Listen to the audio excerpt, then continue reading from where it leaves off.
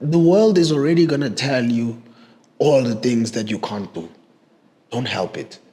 You know, like the world is already right now the world has for every application you're about to fill in, for every anything that you're going to try in the world, for the girl that you're going to try to talk to, it's already telling you all of the things that can go wrong. So much so that, I've tried to apply for things by having conversations with people, and you haven't even seen the work but have told me 9 different ways my work won't work. It's like, how are you that clairvoyant?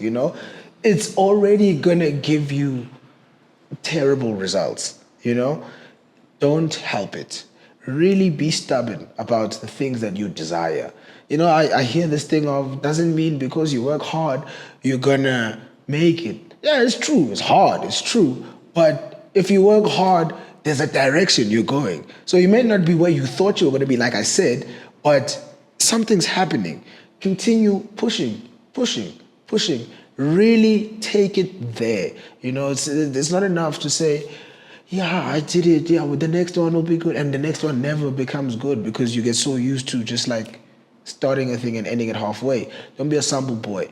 Really take it there, and it will work in your favor. Trust me, I'm talking a dream to you right now because you're trying to live a dream. From Cnr Juta De Beer, imini nomsindisi wesizwe, umvelisi ngomelisi wesizwe, formerly known as Wazi Madonsela, bringing you a show about creative entrepreneurs live from the landmark that not only birth SA street culture but also formalize the street hustle.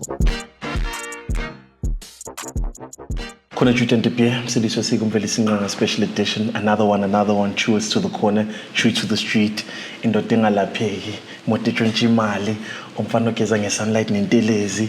I have the one, the only, Njabulo Hlophe, artist, illustrator, talk that talk, Brum legend. You've been on the streets long enough. He did art in the streets for so long, they had to take him to varsity for it. Did art for so long, the game had to pay him for it. Did murals before he submitted assignments. Dirty Native, Chief. Yes, sir, Ski. Yeah, that was lovely. That was fun. I'm easy, man. I'm really happy to be sitting in front of you right now, You're one of the few people that I know who's done almost every end of art. And I always rate people who are born in the 90s off one thing. Did you try to rap? You know what's crazy? I always think about this, like, there's articles that are written from art publications that have me rapping, that have my bars. Like I have bars quoted on publications and that have never written about me as an artist, Man, we definitely tried to talk our thing. We spoke, we had a little group in the inner city called 1111. And it was made up of a lot of talented people who still do music to date. But I think for me, it was like, everyone's doing it. I can't talk, let's dala. And then when I was there, I realized there's a lot of things I'm good at this one thing I want to be exceptional at. And it just happened to be art, at the time. So my words just translated into brushstrokes, basically. You do art, and then the epiphany hits you. The streets want to pay for this. How did that feel?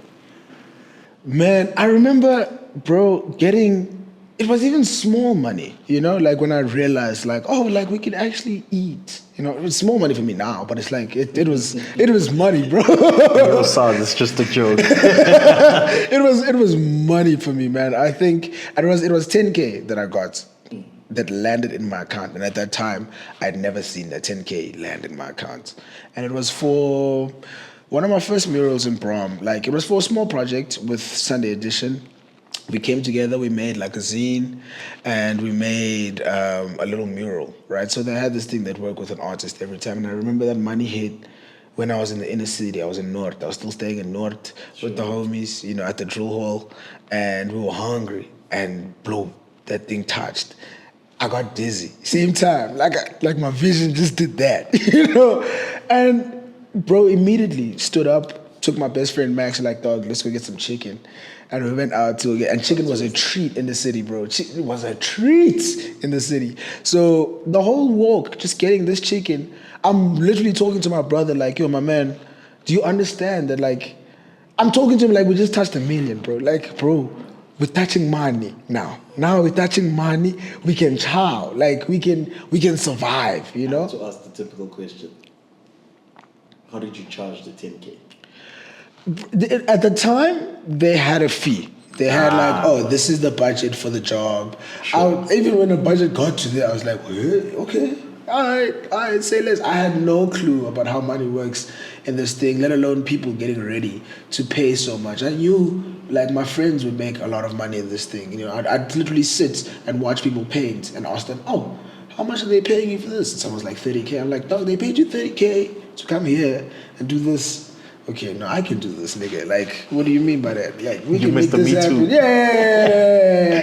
Heavily at that time, I was definitely, for me, something traumatic had happened to us, you know, in the inner city where I had lost one of my closest friends. And for me, like coming into art and making money out of art was about like people hearing me. You know, at the time, I just felt like we just didn't have a voice, you know, and I'd go to these places. Not only are they paying this nigga, they're listening to him, you know, like whatever he has to say at that time, that is law, you know, and I felt very enchanted by that power, that ability, and just that presence, you know. So beyond even the money and everything, you know, they say money buys power and so forth. Like, I found myself being able to talk. You know, I found myself being heard and feedback, you know, and I'm like, oh, we're having a conversation now. You see me. Oh, that's crazy. I thought I was invisible this whole time, you know? So for me, that was the most important aspect of it. You self-taught, but then you go to school. What's the reasoning? So I had gotten into a very interesting situation where, you know, just randomly one day having lunch, I was offered the opportunity to go to Stellenbosch Academy of Photography and Design. Man, it came out of nowhere. And it was really about, have you ever been to school? You know, because we were having an art conversation the whole time there. I remember we had Father Coffee in Brom. It was Neighbor Goods Day. So they went up to go get food at Neighbor Goods and came down for us to have this conversation. Bro, I'm living in the city. I'm hungry. You know, I'm waiting for the food. I'm seeing like, oh, meal, let's get it, you know. And we have this conversation and it's all about, you know, art and how I see art and, you know, what am I doing? At the time, I'm working at RHTC. RHTC is about to close, you know, actually just closed. And we were coming off LPO Fest, which I had, you know, directed the whole festival.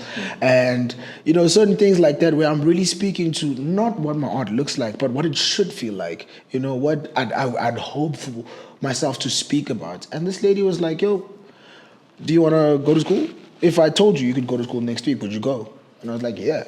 And at the time, I didn't even believe it because, you know, in Joburg, you hear all kinds of things. Every week is a new Dollar story. Oh, come on, you know. So I didn't even apply at first. And then this lady calls me. She's like, yo, to be waiting for your application. It's just formality, but like we're still waiting for something. Literally cooked up a Josie Chooks, same time, you know, just cooked up a fresh story, packaged everything, sent it in. Next thing, I'm getting like a flight ticket, you know. I've never been on a flight, you know. It's like, oh, wow, okay, I'm flying now. And we're going into Stellenbosch. Bro, I'm about, like my wings are saying, you know, you know in X-Men. People give you the wings. Pig, shout out to Pigo, you know what I mean? Now I was getting the wings at that time. And man, like it really just, it took off just like that. And that was it. Like the next week I was in school, you know? I'm having to be here at school. Mentally, how are you feeling? Because in the city, we chow in KFC, we're living life with the brews, touch the streets, you cool here, you cool there. You know all the corners to function. Yeah. You know where you need to be to have a good day. For sure. Now you're in this new environment you've never been in before. What happens to you? For the longest time, I had tried to get Joburg out of my head. You know, like I was very comfortable in this uncomfortable place. You know, I'd gotten robbed where I know, man, things get heavy there. You know, like I know those places, you know. So for me, like I always used to tell people, bro, I would wake up in the morning in town and would be watching homies get mugged, like while I'm smoking a J, you know, like that's the morning activity. You just watch it, you can see it coming all out. Well, look there, you see the legs go. and then it's and then it's time, you know. And I'm in Stellenbosch. I'm waking up and it's a mountain outside, And it's birds chirping. Bro, it's like the sun is brighter. Like, what's going on? You know, like obviously I'm not in any tall building, so I'm seeing a brighter environment. It played with my head a lot. You know, it played with me in a sense of how do I not force myself to engage in that like very hardcore chosiness, you know, in this place where dog, like literally you're walking on the road to avoid the sidewalks. People are like, no, there's a sidewalk. Why are you doing that? You know, like this is you don't have to live like that anymore. So a lot of it was just getting out of what is happening in my life right now, you know, and just like I need to be softer with certain things, you know. Let me go out and get a steak, you know, and I'm getting a bit of money. Let me just go get a steak, see what happens, you know. Go to Java. Wow, okay, yeah, this is living. This is not like surviving, you know. What does it do to the art, the output? Because now you don't need to sell an artwork to be good. You're getting commissioned. Yeah. I think one thing about me, I always looked at Josie as not necessarily a place where I need to make art. It's a place that gave me. You know, it kept on giving me. So I had no choice but to make the art. You know, it had so much to give in terms of story, in terms of narrative, in terms of texture, that I had no choice but to, this is how I can speak. You know, God willing, I'm able to use my hands. You know, like I did a lot of digital design, and I had to get to a point where I wanted to use my hands more.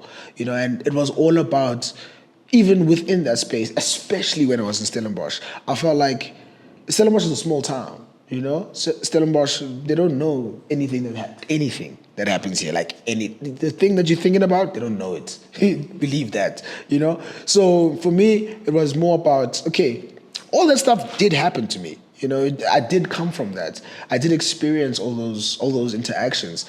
So are they a lie because I'm here in a nice environment where the sun is out and, you know, the hills have eyes? Nah, bro, like this is where I need to tell you, oh, stuff like this happens there. You know, it's one of the reasons why one of the big accomplishments of us going into Stellenbosch was the fact that the niggas I used to stay with, I used to sleep in the drill hole with, you know, we started funneling them into Stellenbosch, you know, so made nice with the people that lived there, that worked there, that had the ownership of the space, and we introduced them to more that, you know, you could feed from. So for me, it was more like, okay, now I'm here. These people don't know me. They don't know what goes on, where we come from. I need to show them that it matters, you know. So now I'm speaking more. Everything I'm making just is Josie. It's like hella Josie. You know, like I'm tapping in, I'm digging deep. I loved Khomotso Neto's work during that time because it was archive. You know, I could just see archive. I could see that I existed in that place, you know, and here are the stories I'm busy telling you guys about, you know. Ali Labuga, here are the things I'm busy telling you guys about. They're really happening. Here they are. Here's photographic evidence, you know. So for me, that time was just about, let's show them for real what the grimy does, you know, because everyone here is nice and soft. The person chilling watching this interview right now is like, yeah, but how did you make money? You know, man. Sounds good and wild to say we left the inner city straight. We're in Stellenbosch, life's better. We're getting the homies out. Harriet Tubman of the art game. That's so fire. They never let me in studio. They never let me in studio. No, they gotta put you in. That's fire. So for me, bro, at that stage, how will you survive? I came. Like I said, the place that made me was Johannesburg. So I always knew how to spot a gap, you know, like how to spot a need where there isn't, you know. So while I was in Stellenbosch even, I mean, I got to paint a wall for, well, not paint a wall, but we were commissioned to create an artwork for KFC, which is like a mural. And I proper like put like Josie stories in, you know. That full circle. You know what I mean? Really full circle moment. And bro, it was really just how do I capitalize on the things that I learned there? Because that place, like you have to learn how to survive. Otherwise, it chews you up. You've seen people get chewed up by it, you know? Your peers, your heroes got chewed up by it. You see your hero on a corner, like that's life for him now. That's the range of life, So learning all of these tools, learning how to speak to people, learning who to speak to. I mean, down to there's no brand manager I can't find. Like, I'll find you, bro. Believe that. If I need to talk to you, you'll hear me. You will hear from me ASAP. I guarantee you that. Because you had to learn how to find those gaps. You had to learn how to make those connections happen when there was nothing. So when I was in Stellenbosch, I was just implementing. It was just, okay, here's these people I'm hearing you go to school with, but you said something about KFC. Let's talk. So here's what I do. 1, 2, 3. And it's never about what I make. It's about the stories behind it. I tell the stories of this place. I tell them like this. This is what matters to me. It's always been about storytelling. That's why I don't call myself an artist. I'm a visual storyteller. I use a lot of stuff. I've used photography. I've used film. I've used sculpture to create, bro, like lyrics, everything. But what I'm trying to tell is stories, and that's what helped a lot of those conversations flow through. Because one, people don't know anything on that side about what's going on here. So I'm immediately a bridge, People don't feel comfortable about things that happen this side. So I'm immediately a buffer, So a lot of these things that you have to be conscious of the fact that, yeah, you are token there, for sure, No, for sure. Play it, like, don't shy away from it. Play your part and play it well, because that thing will open the doors that are necessary for those conversations to take place. Crazy. Shout out. I've never had anyone, like I always say, I just do what I gotta do till I get what I gotta get. Yeah. That's how And I hear that a lot from you when you speak, and I'm like, that's so real. Just do the thing. Yeah, just do it, man. Don't put your emotions in this thing. Gallery shows. A lot of people I've heard from say the art world is very cliquey. They say it's a little mob, right? How do you get to a point where you're like, you know what, I'm showcasing in the gallery? This is me, this is what I present. Yeah. All the way from, you know what, this is the city I'm from, stories I'm trying to tell. Njabulo Hlophe, that's a native chief. You know what's crazy? Like, when I came back and I'm trying to do this, that mindset that I learned from Jose doesn't work in those places where I'm like, I'm gonna hit a scale him and I'm gonna scale him my way. It does not work like that. What's provenance saying? Like, what is your record? There's all of these things that obviously I didn't participate in because I had to DIY everything, and now here's this bracket of rules that I have to familiarize myself with to learn the space. The grace is that part of me coming from the inner city and like exercising that Josiness and seeing those gaps is that you get to open your eyes to things, and you see that, okay, this doesn't work here. I need to learn something different to get them here. So again, it's those conversations, but they translate differently. I'm having these conversations, but they're not as, show me and I'll show you. Like, it's really about what do I have to tell, and that has to shine for you. What is your story for real? How do you separate design and art? Because I think even for most consumers, they don't know that design serves a function, art is for an emotive purpose. Yeah. How did you as an artist say, you know what, now it's product tab, now it's showcase tab? People will hate me for this, but like, it comes back down to that thing of, we're all artists. No, we're not all artists. If you're an illustrator, be an illustrator and like be comfortable in it. You can cross bounds, you can traverse into different territory, but even you as an illustrator who works on commission, that going there is different. Going in those other spaces, there's a different email that goes out, and it has a different title to it, and it has a different feedback. So it really is about, for me, like, my artwork is very from my point of view. It's very much, it has nothing to do with the fact that it's on canvas. That just happens to be the thing that I paint on. It's a byproduct of the creativity. But it all comes down to story and intention. Did you intend to enter the space when you created this? And what were you intending to speak about? We have this idea that like art is so chance-based that we really discredit the part that intention plays in all of this, And now you fell into art. No, you didn't fall into art. You wanted to be an artist because you had to ask yourself some questions and you had to answer those questions and they were uncomfortable, And for you to move on wasn't answering those questions. It was saying, oh, there's more questions. So are you saying people are afraid to admit that they conspire for success?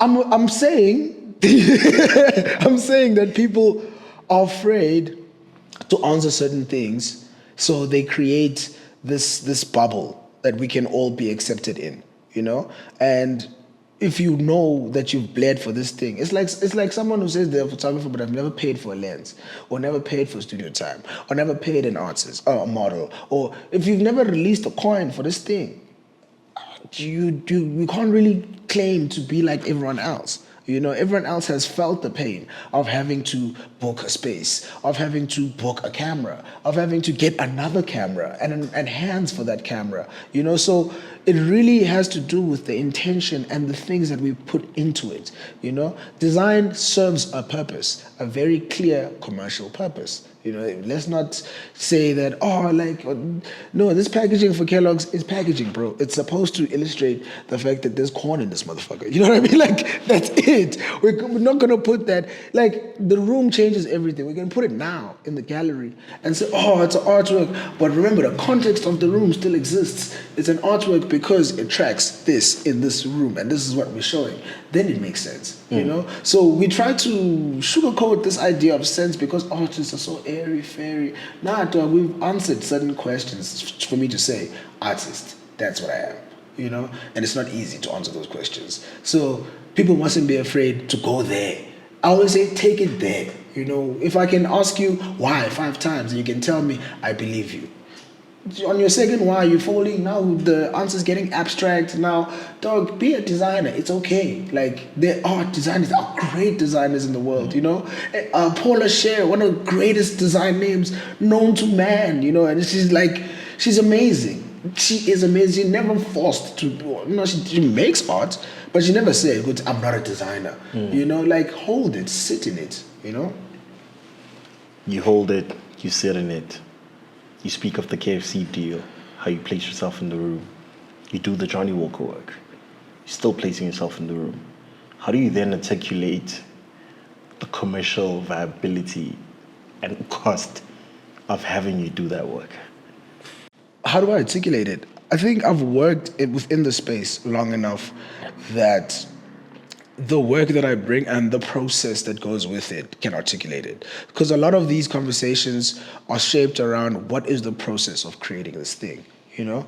Like what goes into it. And I think from the moment you ask me to paint something, that journey that we take from creating the first iterations of the artwork to the final version of it, that's what justifies what you're getting in return. The amount of thinking, the amount of work and experience that goes into, you know, what is going on. You know, it's not merely about me coming to start painting your thing. It seldomly happens that way, even if it's a private commission. You know, there has to be a journey, a process that has to involve both of us in terms of especially with commercial work. This is specifically with commercial work. That is the best way that I can say it justifies those costs. Because you see that, oh no, this guy didn't come and start painting. No, this guy sat for a week and we worked through mood boards and we worked through, you know, the material that I'm going to be painting on and what I'm supposed to paint on it, specific kinds of paints. Is it going to be like, what textural quality do we want to have to this thing? All of those questions and considerations are things that I've had to learn from in the past, you know, so that's what you're buying into. And the fact that I can paint a really good wall.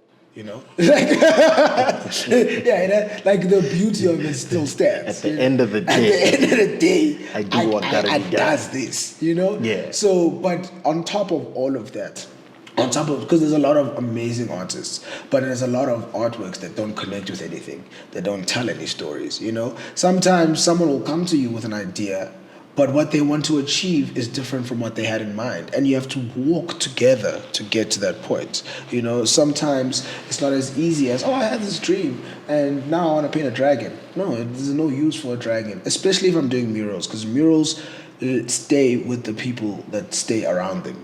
They don't stay with me. You know, even if we're working with brand, I love to encourage the fact that think about the community this thing is going to be staying in. You know, because I go home. You go to your house in Camps Bay, they're like, we're chilling. We're never going to have to come back here.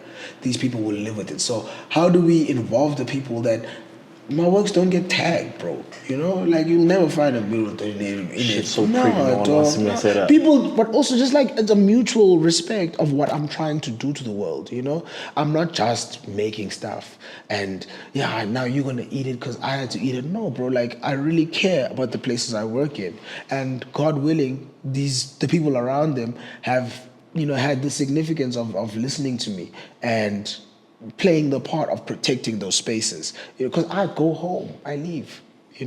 So it's a very, very important part that like you realize that it's not just about the wall, it's about the impact that comes from the wall. It's about the journey we take together to discover even what possible impact this could be. All of those steps are important in you realizing that it's not just that there's a wall, it's not graffiti. I can write my name big, and it's done. But we want to work together. So what are we doing together? Me listening to you, find yourself in this journey.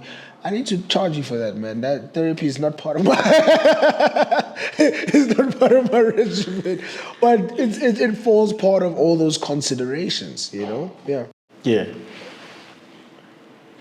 Have you created an ecosystem outside of commissions and galleries?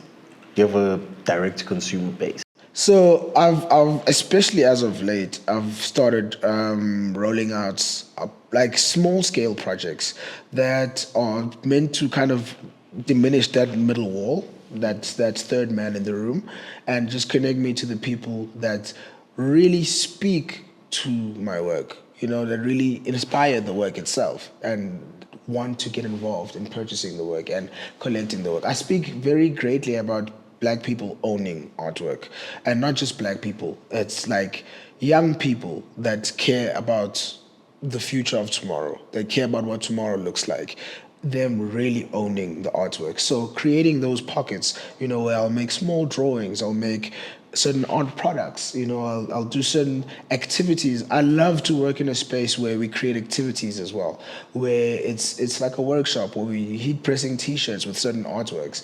We're creating zines, we're creating customized boards, we're creating all of these like imagination building items or interactions, and essentially it's about getting people out of their space, out of their stuck-upness, and really engaging in the material, engaging within the story of people around them, and using that to create something. We had a situation where someone we were making boards, and someone, just wanted to draw like Ricky. It's like, this is what matters to you and a lot of people right now. So we need to hear that, it matters to you. So here it is. Here's an opportunity for that to happen. Another person, another thing, but we create a lot of those art building, imagination building platforms where that's where we engage. That's where I can hear you. That's where I can meet you, more importantly. Like, these people have names. These people have histories and identities, So hearing especially what each person, I'll take that time. I love that time, to be honest with you. I'll sit with you. I'll listen because I love stories. I love people, So I'll listen, and sometimes you'll change my life. Sometimes I'll have just what I've been thinking about, and I don't know why I've been thinking about it, but you needed to hear it to know what the next phase of this thing might look like. So that is a big part of, really connecting with these people, with my people. Like, we create these middle platforms where we just break down that wall, and it's about us. What do we like? It doesn't have to be white walls, whatever, it can just be a soccer ball. You have such an interesting story and journey. When and how did it feel? No, not even when. How did it feel when you had to be a team player and you couldn't be the star that you already saw in your mind? Because I think a lot of creatives, a lot of creative cats, a lot of creative doers, not thinkers, we always sitting with this thing in our hearts. It's like, Ngzoyishaland, like Nyayishaland. And there's a moment where you just have to fold a t-shirt, sell that to a customer. There's a moment where you do a festival, you imagine all these things, it happens, but it doesn't become what it needs to be. What we manifested and what we put our hearts out for doesn't become that at that time. Because in my head, I always say, you get what you want. It's just unfortunate that you don't get it at the time you want. True. True. Real.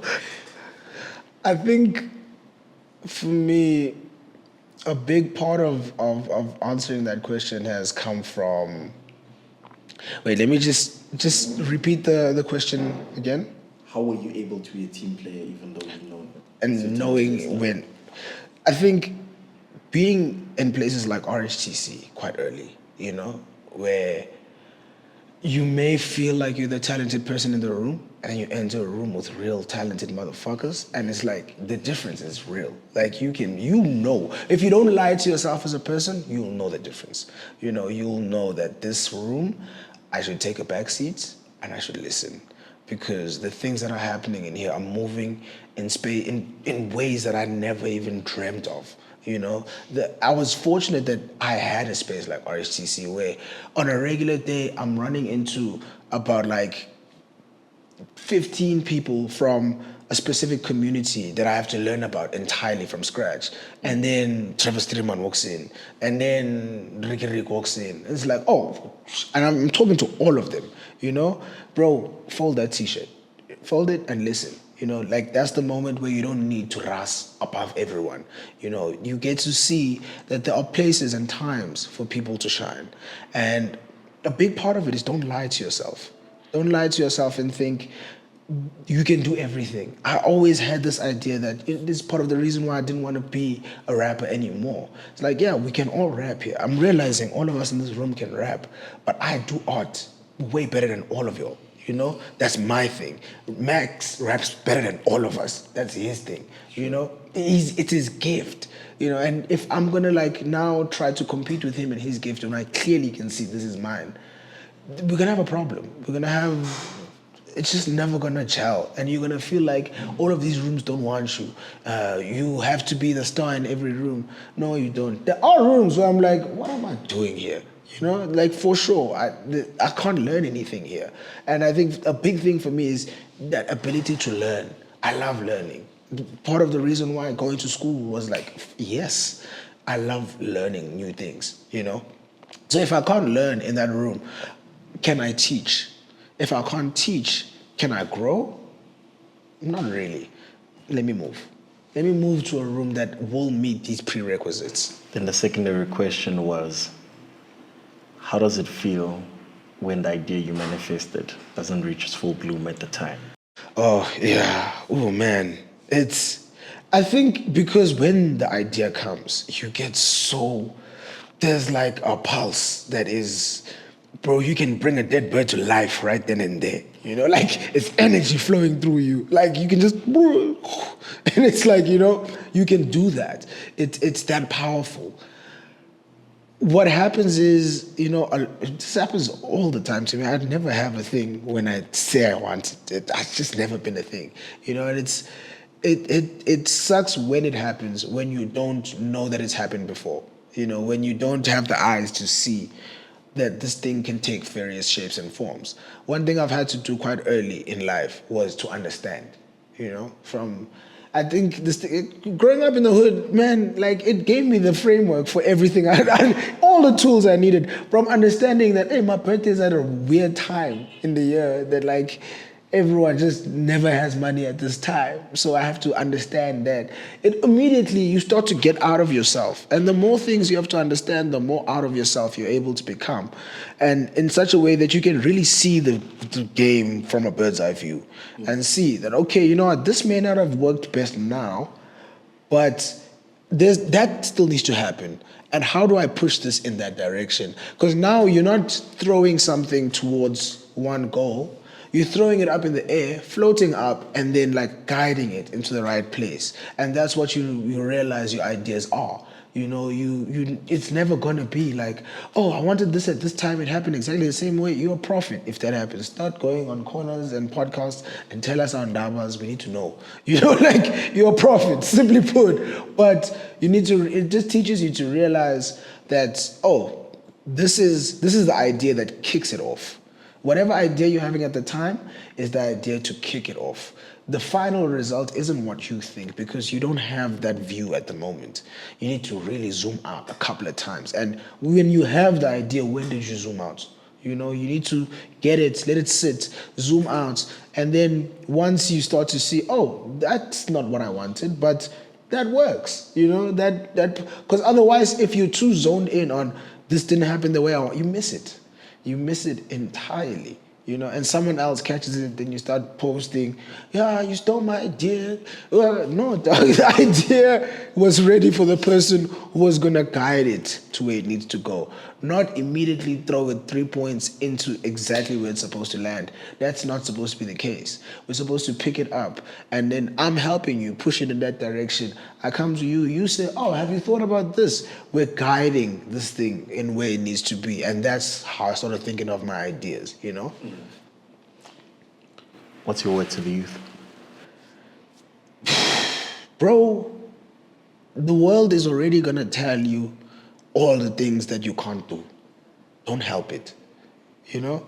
Like, the world is already, right now, the world has, for every application you're about to fill in, for anything that you're going to try in the world, for the girl that you're going to try to talk to, it's already telling you all of the things that can go wrong. So much so that, you know, I've tried to apply for things by having conversations with people, and you haven't even seen the work, but have told me 9 different ways my work won't work. It's like, how? How are you that clairvoyant, you know?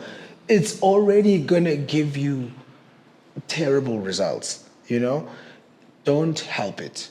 Really be stubborn about the things that you desire. You know, I hear this thing of, doesn't mean because you work hard, you're gonna make it. Yeah, it's true, it's hard, it's true. But if you work hard, there's a direction you're going. So you may not be where you thought you were gonna be, like I said, but something's happening. Continue pushing, pushing, pushing. Really take it there. You know, it's not enough to say, yeah, I did it. Yeah, well, the next one will be good. And the next one never becomes good because you get so used to just like starting a thing and ending it halfway.